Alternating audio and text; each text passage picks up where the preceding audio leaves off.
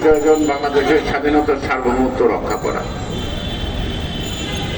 আমাদের সবচেয়ে বেশি প্রয়োজন একটি স্বাধীন দেশে আগ্রাসী শক্তির হস্তক্ষেপ এবং নগ্ন হস্তক্ষেপ থেকে বাংলাদেশকে মুক্ত করা।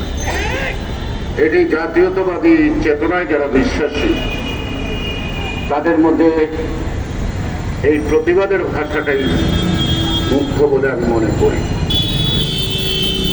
যিনি দেশকে ভালোবাসেন তাকে বলা যায় দেশপ্রেমিক, যদি শুধু দলকে ভালোবাসেন তাকে বলা যায় দলপ্রেমিক।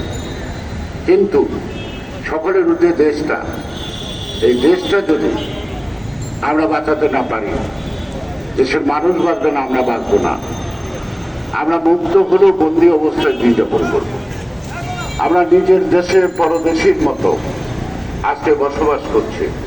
সর্বদা আতঙ্ক, নানা ধরনের অঘটন, গুম খুন, নারী নির্যাতন, আর দখলবাজি, চাঁদাবাজি, অস্ত্রঘাত। এই বাজির উপরেও কিন্তু একটা গল্প লিখেছিলেন সাবেক উপদেষ্টা বিচারপতি হামিদুর রহমান।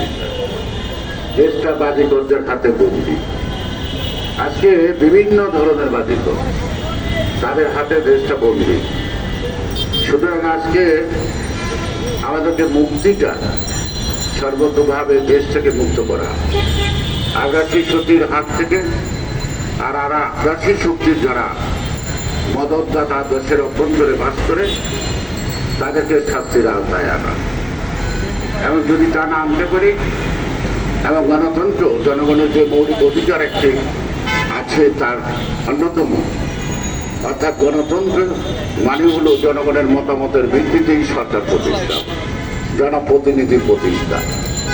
এখন জনপ্রতিনিধি জনগণ কিন্তু নির্বাচিত করে না, করে কি পুলিশ আর কিছু বাহিনী। ওদের কি কয় যে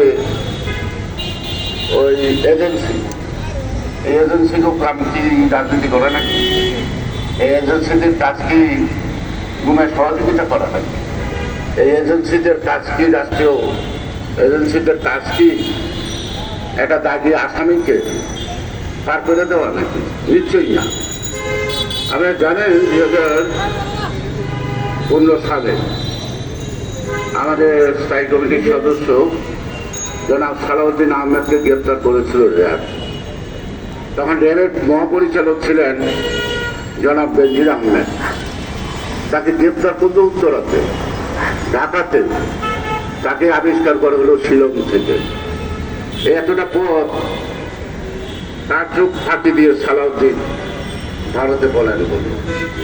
তার মানে এই র্যাবের বেনজিরি তাকে সীমান্ত দিয়ে পার করে ওইখানকার গোয়েন্দা সংস্থারা তাকে নানাভাবে নীতি নিতে, ওখানে গিয়ে তারা বললো যে এরকম একটা লোক পাওয়া গেছে, পাগলের মতো ঘুরতেছে নানা দিকে। এই যে দেশ থেকে একটা মানুষকে বের করে দেওয়া। আপনারা জানেন জনাব ফরহাদ মাজার একজন বিশিষ্ট ব্যক্তি। ফরহাদ মাজারকে ঢাকার থেকে খুলনা পর্যন্ত নেওয়া হলো।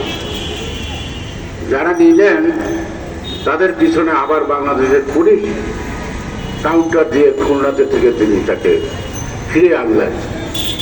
খুলনার আরেকটু পরেই কোথায় সীমান্ত, অর্থাৎ ফরহাদ মাজারকে দেশ থেকে তুলে নিয়ে আরেকটি দেশে নিয়ে যাওয়ার একটা পরিকল্পনা ছিল, কিন্তু প্রচেষ্টা ছিল। ফরহাদ মাজার মুক্তি হওয়ার পর তিনি বোবা হয়ে গেলেন। যে বাকি কথা বলতো সেই বাকি কথা বলে না। না বলার পিছনে কি কারণ, এই কারণগুলি আপনাকে উপলব্ধি করতে হবে, অনুভব করতে হবে। সব কথা বলা যাবে না, কিন্তু সব কিছু বোঝাতে যাবে।